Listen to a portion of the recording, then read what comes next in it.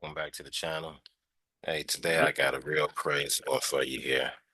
Uh, this video here is about a teenager that took the life, deleted a teacher. This is another one of the reasons why I don't want my kids in public schools. This here is a wild, crazy video. I need y'all to let me know your thoughts in the comments. Let me know if you experienced anything back in the day when I was coming up. I don't think stuff like this would happen or was happening at all. I think these kids nowadays have lost their minds. I think they demonized by the music out here, by the propaganda, by the media, by the lifestyles of the rich and famous.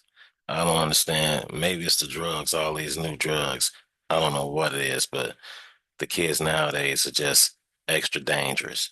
It's like besides these kids running around with the guns, shooting, robbing, stealing, carjacking, all this other crazy stuff. Now you got to worry about the safety inside the school. Take a look at this video.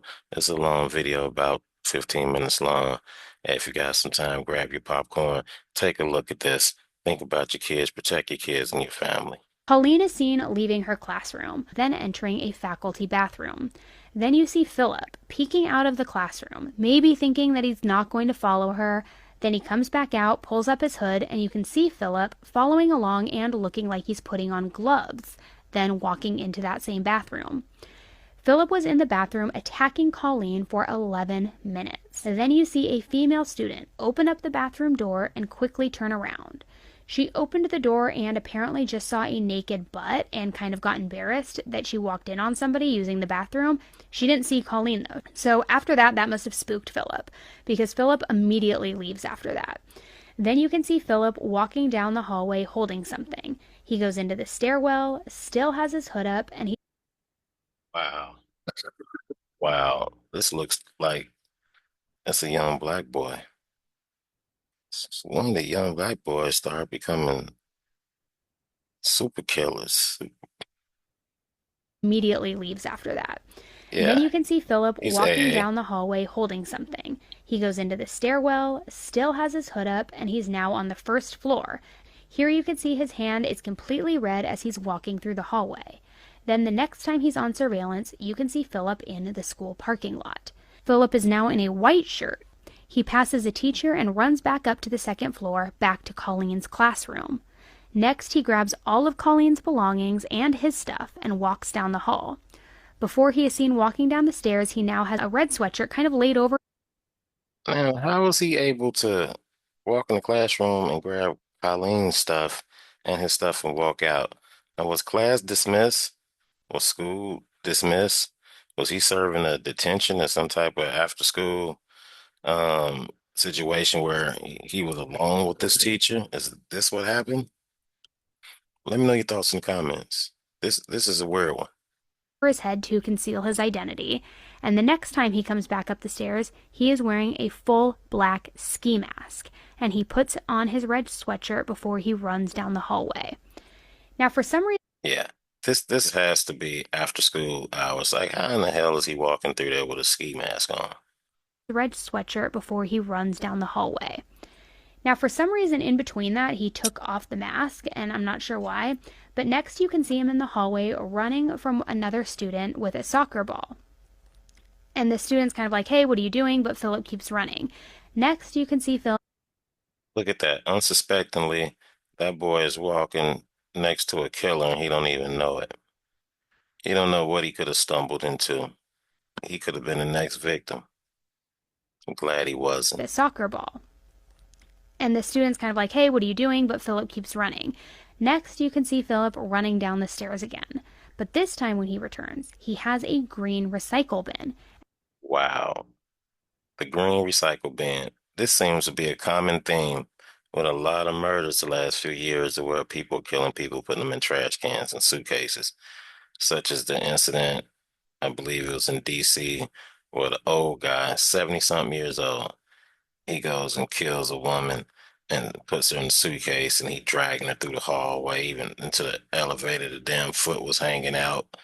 You know, he wound up getting convicted a year or so later. But to see this boy pull a trash can, it's making me think, was this premeditated? You know, wow, this boy is in for some serious felony trouble. But this time when he returns, he has a green recycle bin and he wheels it up to the second floor and then into the bathroom. From there, he takes the red sweatshirt off, puts the mask back on, and wheels Colleen down the elevator and out of the building. Next, he is outside, wheeling the recycling bin toward the woods, kind of struggling with the weight of it because Colleen's inside. And after 7 minutes, he's back on camera, wheeling the recycle bin back, and you can tell now that the bin is way lighter than it was before. When Philip starts to walk closer to the camera, you can see that he's no longer wearing shoes as he walks back into the school. By the time he makes it to the stairs and back to the second. Didn't this boy know there were cameras everywhere in a public school?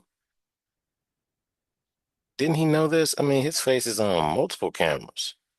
Floor, you can see on Philip's jeans Oh, shout out to Seriously, um, the lady that's moderating this video. and can now clearly see that he is barefoot. He goes back down the hall, walking very slowly at first, and then rushes into a different bathroom where he changes into his soccer clothes, but is still not wearing shoes.